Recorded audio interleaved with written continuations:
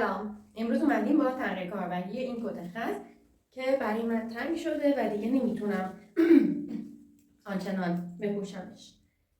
البته این کت رو من سال فکر کنم 93 بود خریدمش. الان 9 سال ازش میگذره. من یه مدت خیلی طولانی همیشه میپوشیدمش و خیلی هم دوستش داشتم.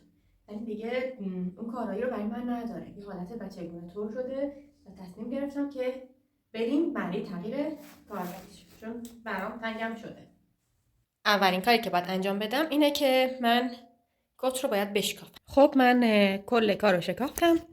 این یقن، این جلوه، این پشته، کشبافت و زیپ بدنم لازمم میشه، نگهشون میدارم. اینم که آستره که میتونم جای دیگه استفادهش کنم. حالا بریم بگیم که قراره چیکارش کنیم. این تقریبا مدلیه که قراره از توش در بیارم.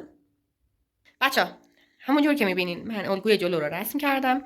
هیچ ساسون و عوضمان و هیچ چی بهش ندادم. الگوی پشتم که میدونین طبق الگوی جلو رسم میشه.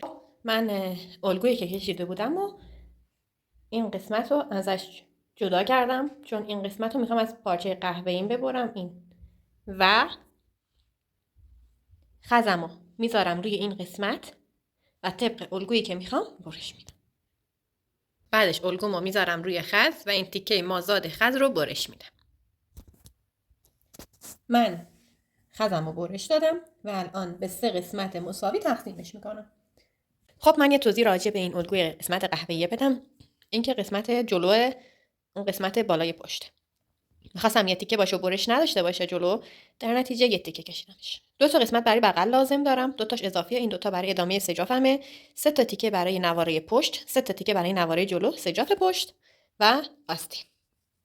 تو مرحله بعدی میام به همین ترتیبی که گذاشتم لباسا رو میدوزم. همونجور که می‌بینین من اول اومدم نوارای وسط رو دوختم.